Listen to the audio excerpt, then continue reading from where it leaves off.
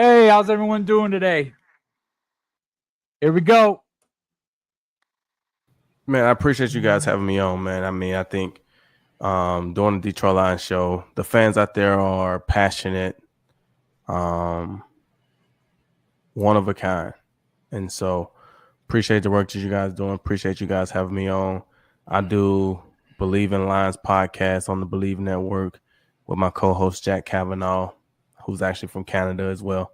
And we talk pre-game, post-game. We do a preview show some point in the week before the next game, and then we talk today already after the game. But I just want to say, like, Detroit is a great city, man. I got love for Detroit. How's everyone doing today? To be honest with you, I clicked the wrong button, but it's okay. It's okay. Couldn't find the intro. We are without Darcy today. He had to work, but it's me and my man Donnie C. Donnie, say what's up, man. Hey, what's up, Lions Nation? You got to be pumped up for tomorrow's game against the Dallas Cowboys. Another Thursday one, right? Yes, sir. Another Thursday. So let's get right into it, right? So I want to go with our first segment, our first topic, and I kind of want to hear what you got to say. And it's is our fans having an overreaction to this season? Are they hitting the panic button too soon? Are they ready to throw the team away? We see a lot of arguments online, the fan base going at each other, and it's been a rough road. What's your thoughts on that? Yes, and yes. What's our record, Woody? 7-5. Are we really going to give up on a 7-5 team? Come on, guys. I see a lot of negativity out here, and I know the players probably see it. They probably hear it from their family, some other sources. Look, 7-5, we got beat last Thursday by a good team. I'm one that can't stand the Green Bay Packers, but that team that went in our building last week manhandled us and beat us. It happens. Good teams beat good teams. We haven't lost to a bad team unless you want to count Minnesota, which they probably, I would say they're a bad team now officially. At the time, that quarterback was really hot, right? So we lost. I just don't understand the negativity when it comes to judging the Detroit Lions right now compared to how we looked at them when we beat the Chicago Bears week 2. We've had injuries on the way, I understand, but the game plan is the same. I understand people are frustrated with the coaching. I understand, but we're 7-5, and we have our destiny in front of us. 12 wins is possible. I don't see it. I don't believe it, but you never know. That's football. That's football, guys. We can end up with 11 wins. We can end up with 8. We can end up with 12. It's still possible. We still have 5 games to play. So, yeah, I'm still feeling pretty good about tomorrow. I love our matchup against Dallas, and I know we're not a favorite. You know, from this media outlet to this source right here, everybody's counting us out because of the way we played last week and the way that Dan's struggling with some of the play calling. But I'm telling you, man, I'm excited. I think this matchup it's in our favor. Call me crazy if you want.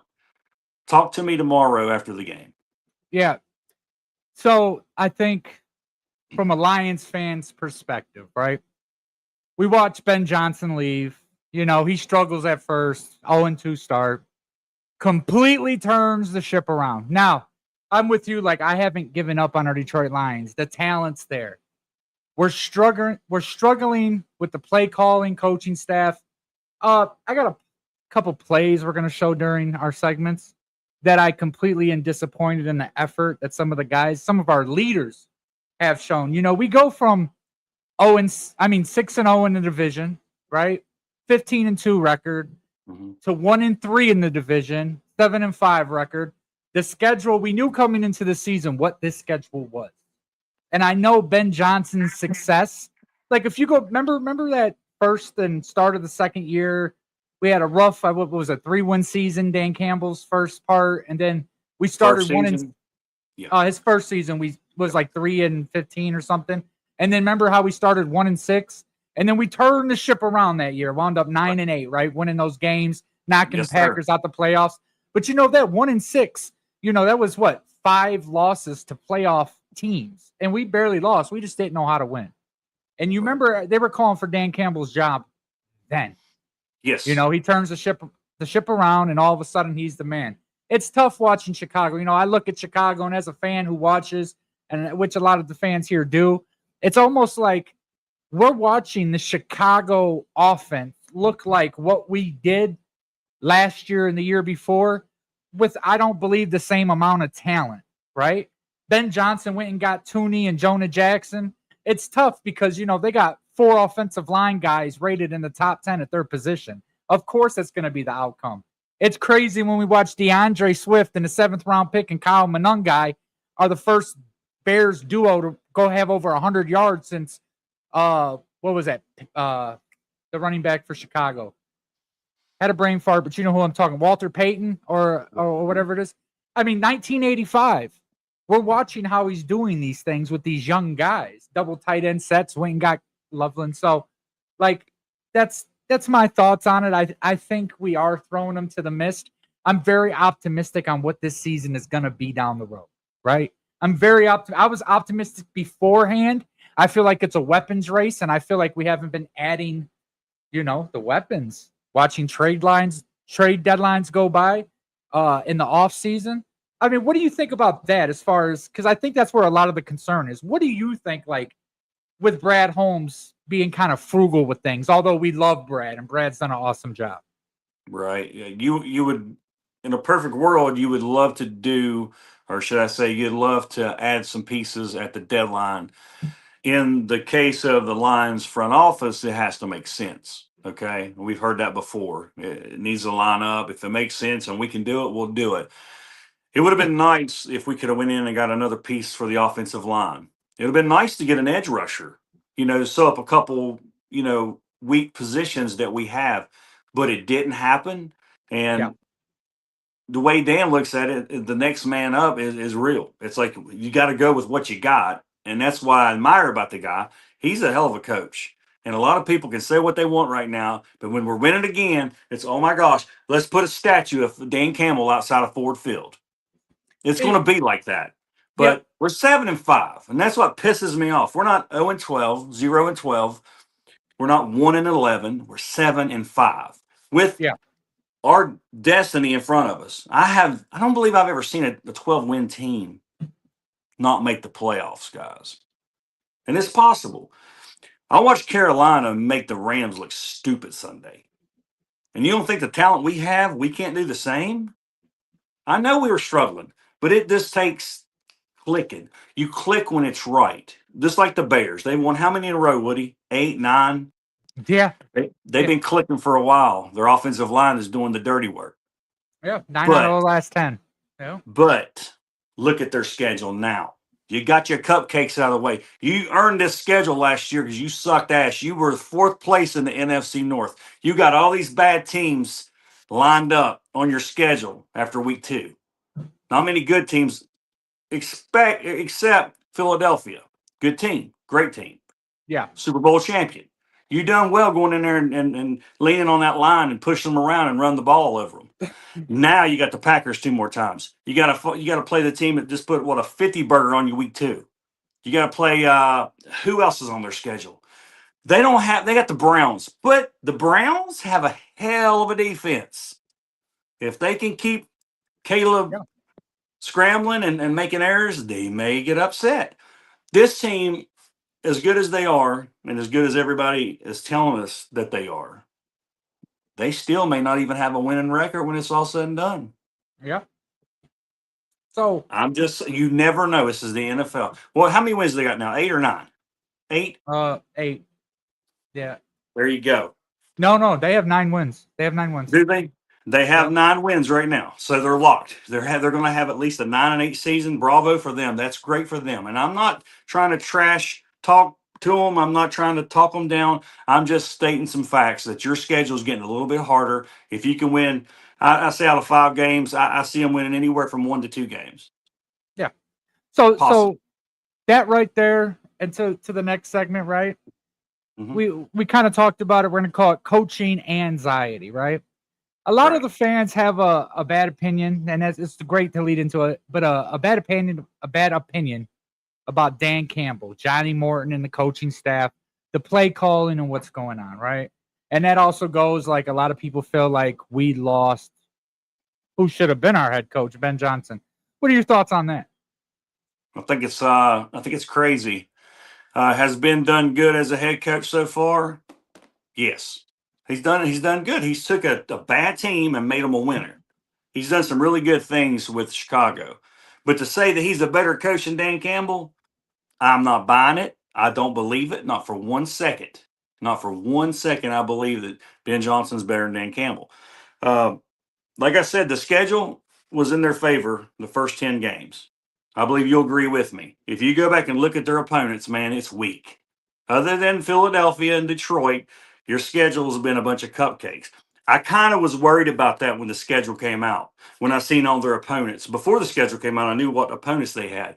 And I thought to myself, if Ben Johnson can get this team above average, they can probably knock off some wins. But do you know who's sitting back really pissed off right now going into this week? We're pissed off as fans and we want to win and we have issues. But you got a team there in Wisconsin that I despise that he has to play not one time, but 2 times in 3 weeks. Yeah. That can flip the North all around either way. We can have some pretty big issues in the North. I can see them splitting, but I'm not sure, man. Ben Johnson at his press conference when he got introduced said some fighting words. He said he enjoyed beating Green Bay twice a year. That's with Detroit, bud. That's not with Chicago. So now you got your own set of problems this week. And honestly, I hope they beat the hell out of each other and they tie in both games. It probably won't help us anyway, but I don't want to see either one of them win.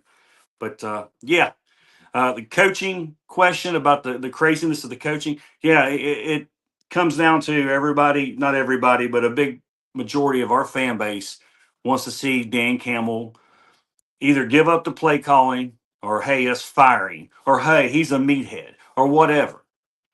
So it hasn't worked out perfectly in the 3 or 4 games that he has been calling plays. Give the guy a chance. That's not many games. That is not many games. I still have faith in this guy that we can turn it around. I think some of the time management things that he's doing can get a little bit cleaned up and we can get it going and get it rolling.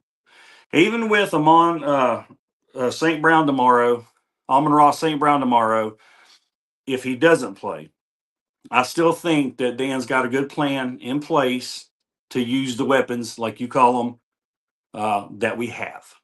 Would you agree, Woody? Yeah. So Yeah. we had towards the end of the year where we have 16 injuries. We were without Hutchinson the second half of the year. We go 15-2, right? You know, I want to bring this up right now, and it's not our only problem, but I just want to just a couple things to kind of add to this play calling. Our red zone defense, if you get within the red zone, you have a 68.8% chance of scoring a touchdown. That's the 3rd worst in the league. And, you know, a lot of our numbers are I don't want to say inflated. You can see the potential, but it's really the situational football, right? The Lions averaged the 3rd most yards at 37.63 yards per game. That's only behind the Buffalo Bills and this week's opponent, the Dallas Cowboys. In addition, 29.2 points per game are tied with the Seahawks for the 3rd most in the NFL. And they only trail the Dallas Cowboys and the Colts, right? Adding to that, the Lions' 26 passing touchdowns are tied for the 2nd in the NFL, and 16 rushing touchdowns are 4th in the NFL. But their execution on 3rd and 4th down plays are horrible. This year, we're 58 for 150 on 3rd down, which is 38.7. On 4th down, we're 13 for 25, which is 52%, right? You're right. You know, we go for 4th down plays. Dan Campbell does that because it's what do you say? The analytics make sense. He's 0 and 9. The analytics are not making sense. You know, and we get back to it like, yeah, we're 7 and 5, and I'm with you, Don. I'm with you. You know, the Giants game, if Kafka kicks the field goal at the end of the game, we're not having this conversation. We're having the conversation. We're 1 game above 500. We've lost 4 out of our last 5 football games, right? And the Giants played everybody tough, right? Played tough. Jameis Winston put up almost 400 all-purpose yards on us. Like, and I like Calvin Shepard as a DC. Mhm. You can kind of see the holes, and you can kind of see how good Aaron Glenn was with what he had. I mean, you're talking about a guy whose defense, when he was here, was really bottom of the barrel, but yet got a head coaching job. I mean, that should speak volumes, right? Usually you got to be superb like Ben Johnson. Right. I'm not sure on Johnny Morton, right? Right.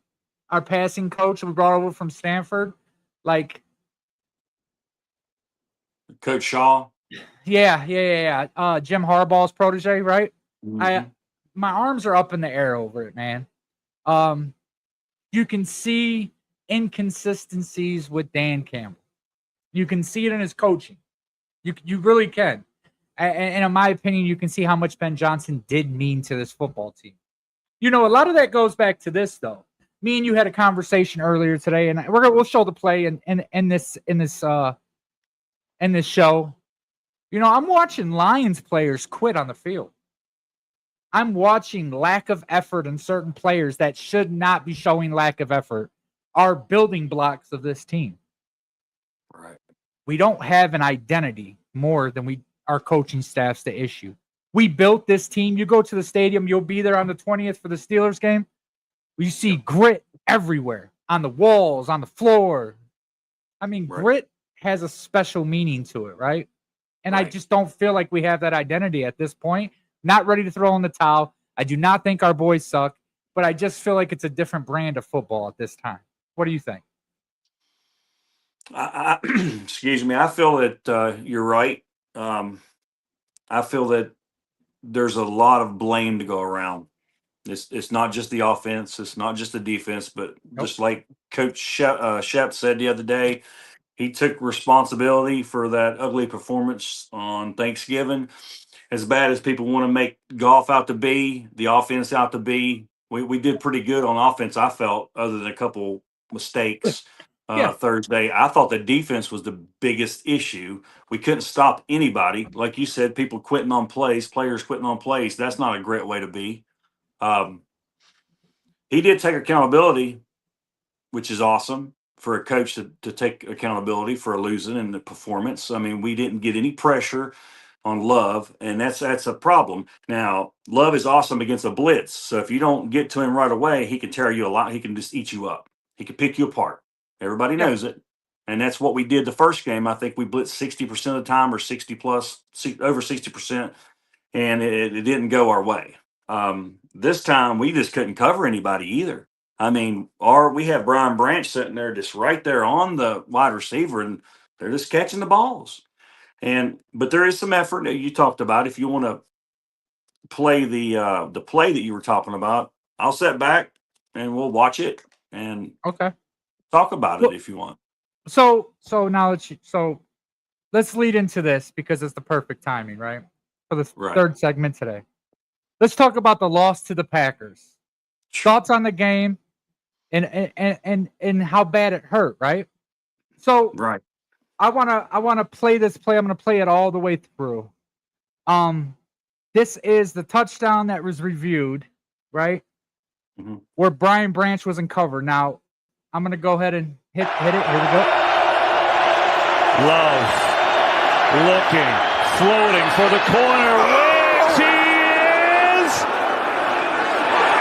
Is he in? Waiting for the signal. Yes, he's in! Touchdown, Packers! And Dean Blandino, you agree with us here? I do. The key is, when does Wicks get control of the ball? And to me, like, his foot if is he down has there. control, that first foot is the right foot. The touchdown has been confirmed. That ball moved. Now, I'll go down swinging. I'll debate anybody about this. That was not a touchdown. I don't care if it was a Lions player. When the first foot went down, that ball moved. That's not possession. That's not possession. Then he had it in control on the second step. And by the time he got to the third step, which would have been the second step, he was out of bounds. So that was not even a touchdown. That shouldn't have been allowed. There we go. Let's blame the refs, but that was legit. That was not a touchdown.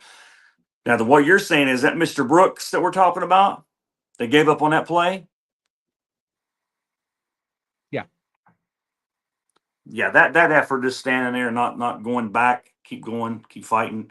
Yeah, I don't like that either. That's, maybe in the film room, that didn't go over well with Coach Shepard either. I could Well, imagine when he watched the film. so you watch the first angle of it. He Mm-hmm. looks to the sideline like he's kind of searching for the ball. Mhm. I also watched Harper, the replacement safety, come from the other side of the field to actually hit him to make a play to try to jar that ball loose. That didn't, Brian Branch, if you go back to the beginning of the game, first possession, he came up the B gap and he had Josh Jacobs dead to rights. And he messed up the tackle for loss. Now that happens. Josh Jacobs is a great back, right? But Right. there he was flat-footed when the ball hit. It's like he stopped, he gave up. Like to me, that didn't feel like that grit I'm talking about. That didn't feel like the Brian Branch that we drafted. The Brian Branch that came into training camp fighting his teammates. He was so aggressive, he was ready to go. The Brian Branch who got in trouble with the first game against the Packers because he was so hyped up. That's not what I want to see out of my young, talented, future Pro Bowl safety. To me, I might be nitpicking, but that's not what I want to see out of a team whose identity is grit, right? That's not. And not to change subject. Helen, how you doing? Sorry, I didn't have the comments up. Alex, how you doing? Curry, SBD. No, I played college ball. I was a tattoo artist for years, but thanks. But yeah, so like on a scale of 1 to 10, bro, how worried are you about the loss to the Packers? Going from 2-0 against them to 0-2, them sweeping us, getting us on Thanksgiving, our performance both times against them. Like, do they have our number without Ben? Possibly. I mean, I'll tell you this. They had a lot to look forward to going into this season, regardless of whether we had Ben Johnson or not. They came in into this season getting swept last year. That's motivation. Just like we'll have motivation next year when we go into either Green Bay or Ford Field the first game. We're going to be like, okay, it's time to sweep their ass again. It has truly become a rivalry. I honestly believe that even though we had a poor defensive showing Thursday, we only lost by 7, and it could have been a lot closer. If we'd have took the 3, that Dan went for on the 4th down and none of us agreed with, 99% of probably not, Lions Nations kick the damn field goal. Let's just get the 3 points and go, give them the ball back, and then play some defense. It was not as a big of a game. If it wasn't for our defense, and I hate to blame one unit, but I do believe that our defense hurt us last week. And when you sit back and think about it, Woody, that's not the unit that's banged up with injuries. Yeah, we probably got a player hurt here and there. I know Kirby's a big loss. Terry Arnold, I know he's a young guy, second, third year. I know he's got a season-ending injury. But Yeah. Harper, he's picked it up right. He's came in and played hard. I feel like the biggest issue is our defense versus our offense, and our offensive line has got to step it up. They've been at times this year not even average. If we can get to average, we got a guy back there, number 0. I like to call him Agent Zero. Can this eat defense alive? Like he can just pick apart. We saw what he done against the Giants. He single-handedly got us the W. Yeah. That's what I feel. And I know Bates had a hell of a kick. He tied it up and gave us life. But our offensive line needs to step up. If we have keys, defense needs to play harder. They need to be tougher. We need to get pressure on the quarterback. I know not every down you're going to get to the quarterback, but I don't think we even got near love Thursday. Yeah. So what you're saying, I want to address a comment, Jason Bandy. He said, no, the line hasn't played good. Matter of fact, the lines on both sides have sucked. Jason, I agree. that to me is our biggest issue. We used to win in the trenches. We are bread and our butter, right? Jameer Gibbs is an animal. Monty is an animal, right? They're doing this without great offensive line play. And once again, we go back to our earlier comments with Ben Johnson. I think his play calling, his situational play calling, Ben Johnson had so many plays that looked the exact same that did completely opposite things. He would set you up in the second quarter with a play, show you the same look in the third quarter, and score a touchdown. And in games as close as we've been having, those are difference makers. That was our bread and our butter, how we got these fourth down conversions, etc. Right? Jason, you're 100%. Don, you're 100%. I truly believe our issues come from the trenches. You know, the Packers week 1 exposed Glasgow's lateral movement, right? If you push him to his right or to his left, they started cross-hitching. The defensive tackle and the defensive end would cross-hitch, and they could never recover. Their feet movement was not good. Glasgow is an issue on this offensive line, and our offensive line just don't even look the same, right? It doesn't. And then, like, once again, I'm not trying to beat a dead horse. Ben Johnson, he has 4 offensive linemen on his team that are ranked in the top 10 at his position, right? Like, DeAndre Swift's career has revamped. Kyle Monangai looks like a top 10 running back, and he might be, to be honest with you. You're talking about a back that has never fumbled the ball. He never fumbled at Rutgers, and he hasn't fumbled here, putting up 130 yards per game, not per game, but in the last game against a Philly defense that completely shut our run game down, right? Just picked up Jason Phillips. You're talking about 2 backs that you would consider maybe average or fillers at best under normal circumstances. One average 5.8 yards, one average 6.1 yards per carry. I mean, he's got it cooking. He has both tight ends, Coast and Loveland. That kid's only 21 years old. Him and Kmet are an issue. He has these boys believing in themselves. And I said prior to the year, Chicago doesn't reflect the record. They have good talent over there. They're building too, picking up Joe Tunney, Joan Jackson. Like, he might be another Pro Bowl year, Jonah, right? And that goes back to us letting go of Ziegler. Ziegler was top 3 at his position. Jonah Jackson was a Pro Bowler here. You got to fill these holes, you know. Next man up, like you said, right? So, and then let me finish with this. Jason Bandy, so we like to be interactive with the comments. He said, I honestly don't think it's been Ben Johnson issue. It's a lack of overall ability. And you know what? That might be the simple truth. We might just be looking for a way to go with it, and you could be hitting the nail on its coffin, Jason. It could be just a fucking lack of inability. But then who does that fall on? Front office, sir. Fair? So let's do this, right? So let's get into our 4th topic, which is Detroit versus America's team. You got the Dallas Cowboys coming in on a 3-game win streak, couple big wins. They got their mojo back, 2 good wide receivers. That running back they got from the Broncos, Javante, he looks like he belongs. Dak, Dak's a hit or miss, right? He's either an MVP candidate or he's fucking Sam Darnold 3 years ago. There is no in between, right?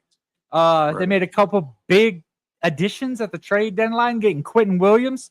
They got off Michael Parsons. What do you think? What do you think about us matching up? What do you think about this game coming up? I love our matchup. I did some stats, a little bit of looking into this Dallas Cowboy team, trying to dissect how good they really are on the road, because I know at Jerry World, they're pretty damn good. At least they're above average, correct? On the road, this team is throwing some horrible numbers at us. And I know they got a couple players through the trade deadline, and they've beefed their defensive lineup just a little bit, and they're helping out. And good for them. But overall, numbers don't lie. And my gosh, man, you're 2-4 on the road. You give up, what did we say, Woody, earlier? You give up over 30 points a game on the road. Their average is like 30.2, that's a ton of points, dude. That's over 4 touchdowns on the road. Yeah. And Detroit, and even though they've been playing bad and the defense hasn't been good here lately, the last couple of games, we still only average 20.8 points a game at home, which to me is pretty impressive, even though we've had 2 back-to-back stinkers. Yeah. If Coach Shep can get us to where we're playing before the Giants game before Philadelphia, when we were on a 4-game winning streak, 5-game winning streak, if we can get back to that level with patchwork players, guys that step in for Kirby Joseph, guys that step in for Terrion Arnold, and somehow coach can get us playing at the level we're capable of. But the ability is a good point. Do we have the ability? Do we have the grit? Do we have the fight? Let's not give up on plays. Let's stay with the wide receiver. We got a big problem tomorrow night. What's and it's that? their wide receivers on both sides. Ah, That's a huge problem. Now, you can't double team them both, but you could probably work on double teaming at least one. If you can take Woody, if you could take either Pickens or take Lamb and either like slow them down to where they don't produce as much, which one are you? I'll put you in the hot seat. Which one are you going to focus on? It seems to me like Pickens is doing more. He's been putting up better numbers. Who would you pick on more, Woody? Coach Woody? Look, they're gonna pick on all of them. We don't have a corner over 5'9" right now, right? Right. Listen. CeeDee Lamb was the receiver to bring George Pickens out of George Pickens. If you remember him and for the Pittsburgh Steelers, it seemed like he lacked effort, like he wasn't motivated. Pickens is a dog. We're going to have issues back there, right? Especially if Branch is going to quit. We need that in-your-face Branch. We need that Branch when Kirby's on the field, right? Yeah. And look, I want to get back. This is the biggest thing, right? Because for our corners to have success, you have to have a pass rush. You have to. You can't leave any corner out there for 3.5, 4 seconds with a quarterback that can move. Once again, I'm going to get back to Jason. Jason says, need a center and depth. And for the love of God, play Tyleek and Aleem and bench Reader. You know what? Tyleek, he's not going to have 20 sacks a year. His gap responsibility and what he does was beneficial. I like Tyleek's game. If you ask me, I still think he was a desperation pick at 28. That's me, right? Because Brad Holmes' method is what? Position over player? I mean, player over position. I said that backwards. Right. The Dallas Cowboys, they really don't have to establish the run. They're just good. Like, I like their tight end, Schoonmaker, right? I like what they do. They're offensive in their defensive line. They're good in the trenches. We're going to have a problem with that. They're playing with a lot of confidence right now. We're walking into Thursday night football. Just got our butts beat. I mean, we really should be coming off a 3-game losing streak. The game worries me, but I think it's winnable. And I think we match up good. We beat the tar off them last year, right? Last year? Right. Yeah, we beat the tar off them last year, right? I out of our secondary with them boys, I have more faith in Harper right now than anybody else. I think Harper's doing good. Even with Kirby out, Harper's rated a top 20 safety at his position. He's playing lights out ball. Listen, in our secondary, our guys coming off the bench isn't the issue. The next man up, those boys are playing football. Do you think DJ Reed has showed his performance has showed a little less than what we expected because of his injury? He's coming back. He's not in the flow. Tomorrow night, could he lock down? Could he be that cornerback that locks down on Lamb and says, okay, this dude's not beating us. He'll get his catches, but he's not going to beat us for 40, 50-yard gashes. And is he that dude? Can he step up? I just wonder, people want to talk about injuries. This guy come off an injury, and he was pretty damn good before he got hurt. Absolutely. Everybody loved him. Oh, gosh. Lions Nation loved DJ Reed when he's healthy. I did. Yeah. You did? I did. I loved the pickup. I loved it. So, yeah, I did too. I thought he was a good one for us to lose Carlton Davis, which I didn't agree with. I'd have paid the man. He's still putting up damn good numbers for the Patriots. Yeah. But we ended up getting DJ Reed, and that was a good get, I thought. A good sign. But give the guy a chance to get back in the flow. He's been back, one game, 2 games? Oh, yeah. Gosh. We just want to give up on everybody. Well, why don't we just do this? Let's just quit. Let's just shut all 5 games down and not play and just go and watch the Pistons play, guys. Majority of you Yeah. probably Piston fans now. Probably 3 years ago, you couldn't stand them. You probably didn't wear a Piston shirt. You probably stayed away from that arena. Don't give up on your team. Don't be that. Don't be bandwagon. Gosh, man, that 0-16 team still don't sit with me. It still hurts to this day. Yeah. You know, but gosh, man, 7-5 is not the best record. I get it. I know, but you got 5 games in front of you. You can do some serious damage. Yeah. You can finish the season with 11. You can finish the season if you're hitting on all cylinders. You can finish with 5 wins. My opinion. Call me a homer. Call me whatever you want. When it comes to like, I'm not going to be negative, Nancy. I'll be real and I'll be honest and I'll answer all questions the way I see fit to answer. But I still think that we have enough talent on this team that can win us all these games. All these games. Yeah. Now, they got to play better. Yeah. Definitely. We've got to play better. Especially Amik Robertson had a really tough game last game, right? I think he sets the tone for our secondary.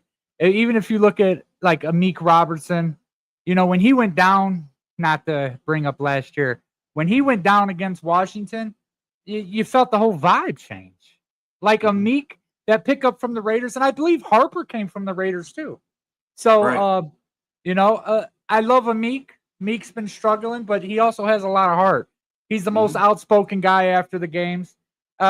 It's gonna be a game. Amik is one of those players that you burn him this time, the next time he'll get you. Yeah, He always comes back. He don't get burnt every time. So I get what you're saying. He's a pivotal piece tomorrow night. He can be a good stopper against these 2 beasts of wide receivers. You know, I would want to see Amik. I want to see Amik on Pickens. That's the matchup I want to see. I'd say he's physical. He's physical, and that's what you need on Pickens. He's big. Pickens gets in his own head. Yeah, I watched him last year with the Steelers, several games. So sometimes I don't have nothing else on TV to watch because my wife's a Steeler fan.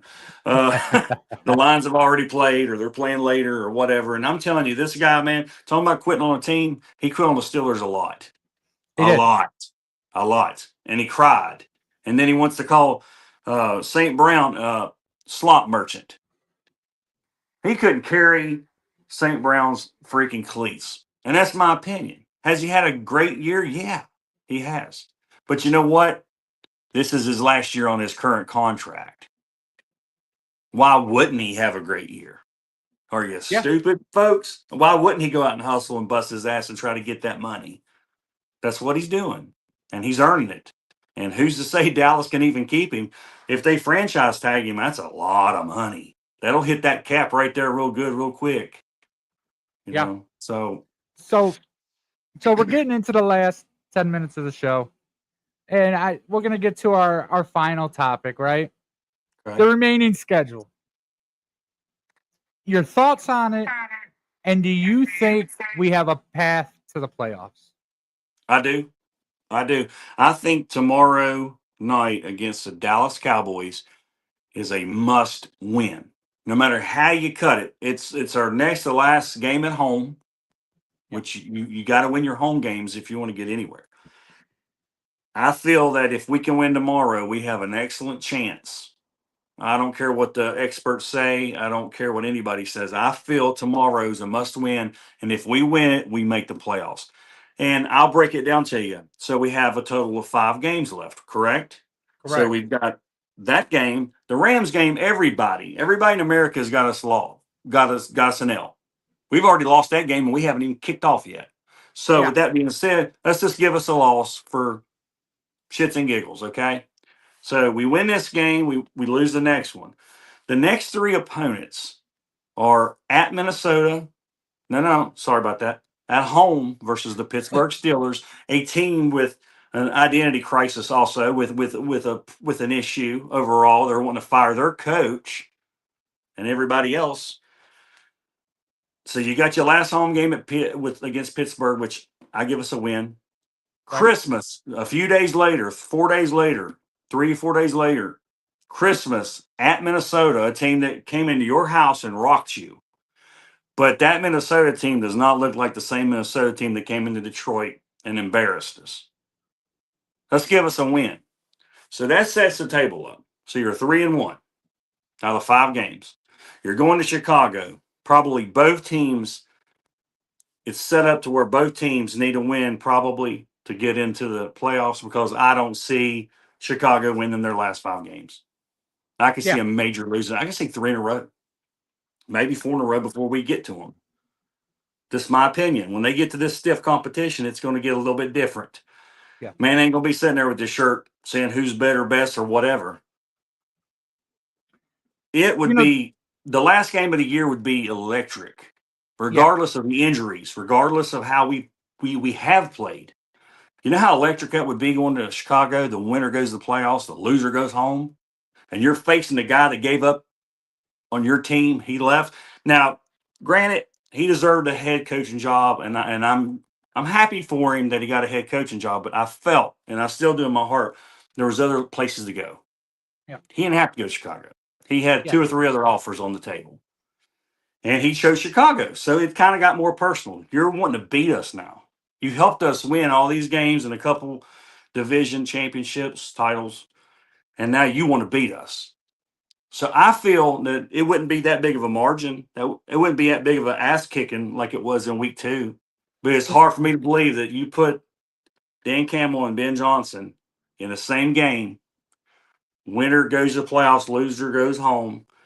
I feel that Sunday Night Football, and I feel like I don't see Dan losing that game. Now, that's with all of our issues and the issues that they don't have currently. But in a matter of 4 weeks, Woody, a great team could be beat down. Chicago could be beat down. They faced Packers a couple times. They have some, like I said, the easiest game on their schedule left is Cleveland, and that defense is not easy. No. So it's a valid point. They play the Packers twice. They got to come play us. I believe they play Baltimore too. I think so.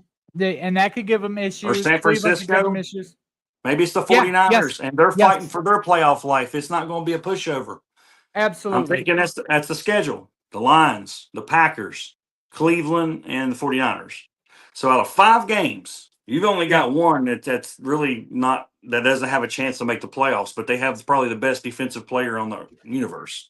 Yeah. Or in the universe. So, I mean, if something happens and Shedeur Sanders is clicking, and he's the player that a lot of folks think he is, the quarterback that he could be, and he don't make mistakes and they don't turn the ball over, Chicago may be in for a fight of their life.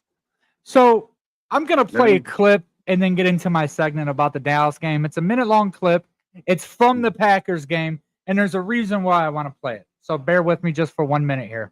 You'll enjoy it. As many bodies as a ball carrier as possible. Here's Goff looking, throwing high. It's caught by Jamison Williams. Breaks a tackle, and Jamison Williams down to the 42. Boy, do they need that. And Jamison gives them a spark. The first completion all day from Jared Goff goes for 23. Gibbs tries to outrace Parsons, and he does. Look at Gibbs, who's got a first down. Boy, you don't see anybody do that. He ran right by Micah Parsons on the outside to pick up a first and 19 on the rush. Oh, yeah. 4-man rush. Goff. Wait for one. Caught! Oh, how about Tom Kennedy? Here's Montgomery looking for a seam. Right side, Montgomery trucking through all the way down to the 6. That's a good run as Montgomery picks up 8. Montgomery in the Wildcat getting the snap. He gets it. Looking to run. Right side, Montgomery. Trucks in. Touchdown, Detroit. So against the Giants, against the Giants, we averaged 5.6 yards per passing attempt. Against the Packers, we averaged 6.1 yards per passing attempt. Now, that was just about the first possession into the second quarter. That's what our offense used to look like, right? JMO attacking the middle, slanting through the middle, and that's St. Brown was injured at that point. You know, I don't understand why we don't do more of that. Now, it could be the offensive line issues, and Dan Campbell Morton doesn't feel comfortable enough to do it all the time. Our playbook's been very limited, right? Gibbs has been playing out of his mind. And usually when the running game performs the way it does, the passing game will follow. We just haven't seen it. The pass blocking and run blocking are just two different evils at this point, right? You can see it in the coach's confidence. That drive gave me hope. I'm like, oh, wow. Like it had reminisce of last year, kind of like the Chicago game. Them boys came to play. I think they came to play for golf, the city. I think they felt what Ben Johnson did was personal too. And you've seen it, right? I mean, Chicago has given up 40 or 30 plus points, I think twice this year. We're one of them. I think Cincinnati put up 42 on them too. Another thing is about that Chicago, when we're talking about the path to the playoffs. I mean, they beat Philly. They beat Kansas City, right? They beat the Cowboys, the first one of the year. Other than that, it's been kind of cake and flowers for the most part. They haven't had a schedule like the Packers. They haven't had a schedule like us. It's been an easier path. At the same time, they're still playing good football. This is the National Football League. These are guys are all professionals. I think that we have to come out and the season has to change. I think you're 100% correct. This is a must-win game. This game has to set the tone. Mm-hmm. This right here. We have to win in Chicago. We have to win in Minnow. We have to take the Rams out. A lot of us said the first to 11 wins the division. I don't think that's too far off right now. Mm-hmm. I don't. It's a 2-game. We got 5 games left. We're down 2 games. 1 game to the Packers. All the Packers do have the tie. They beat us both times, but in my heart, do I think we win the division? I'd be very surprised. I really would be very, very surprised. We would have to win out to win the division. Right. And even then it's a big if. It's not in our hands, right? Right, but I don't know. How many wins does Green Bay have? 8, correct? And a tie. Remember they had that tie? Right. I'm just looking at their schedule, and their schedule's not real easy. I mean, they still have to play through Denver. They've got Chicago twice. Yeah. That's 3 games they lose, and we went out. We got them. So I don't know who else they play, but I can see them splitting with Chicago. I don't know if they could beat that Denver defense. Denver's on a different level, and I believe that game is in Denver, which even makes it even more of their favor. Yep, I don't know, man. Who knows who's going to win? But you know what? Momentum is what it is, and right now is when we want to get clicking, not like 8 weeks ago like Chicago. I can see Chicago hitting the wall, and it's right now, like you said, this is the time to click. Detroit goes out and beats Chicago. Say it's a game that reminds you of Baltimore, how we won that game. We out-physicaled them. We were just more physical. And I know we've got some injuries, I understand. But if we can will these players into playing that style that way, and we go out, we bust them in the head, beat Dallas, go to the Rams, shock the world by going to LA and beating Stafford. Then what are they going to say, Woody? What are they going to say? They're 9-5. They're playing better. What are they going to say when you got 3 games coming up that you probably won't be favored in Chicago because of the way they're playing? But if they lose a couple, you probably will be. It just depends on how momentum's everything. Tomorrow night, we got to get our momentum back. We've got to win. If we lose tomorrow, the way our fan base acts and overreacts, it's over. Yeah. Regardless if these guys go out and win the next 4 games, even beat the Rams, it's over. Everybody will look at it and say it's over. It'll be just, and I'm coming up for the Pittsburgh game. Yeah. I want it to be competitive. I want us to be on a roll. If something happens, we beat Dallas, lose the Rams, I'm still going to be there with a smile on my face, rooting our guys on. And, I still have faith and believe. And, for the fans that truly are, they've been fans for 2 or 3 years. You have no earthly idea what you're talking about. You've not seen it all. You've not had those 2-14 seasons, 0-16. Chill. We currently have a winning record. Give these guys a chance. Give them a chance to get it turned around. I'm sure they felt just as bad as we did, or even worse, when they left that field Thursday, going back home to eat their rotten turkey or whatever they had for Thanksgiving. You know. Yeah. But So I mean, I'm not giving up on our guys, man. My glass is over half full. I'm ready to freaking rock and roll. I want to see the Lions tomorrow night roll Dallas's ass. We owe them. Last year was that was one win. They beat us 2 or 3 games in a row before that. We owe them. So we're getting to the end of the show. What I want you to do, we're going to add this on. We had 5 segments. Take 30 seconds. Give me your final thoughts on the Lions. Go. Well, I believe that the Lions are going to come out tomorrow night, and you're going to see a different Detroit Lions team than you saw the last 2 games. I think defense is going to be a lot tighter. I think we're going to make stops. There won't be 4th down conversions like Green Bay had last week over and over and over. There are going to be some punts. It's going to be a competitive game. We'll give up points. We're going to score plenty of points. I think when it's all said and done, the Lions will win by 3. I say let's go on it's Thursday night, 27-24 Detroit. I'll say 3 points. I'll give us a field goal win and momentum. That's the biggest thing. Momentum. And what did I tell you guys last week on that show? There's plenty of time off. You play Thursday, you don't play the Rams until Sunday the following week. That's 9 days off to get ready.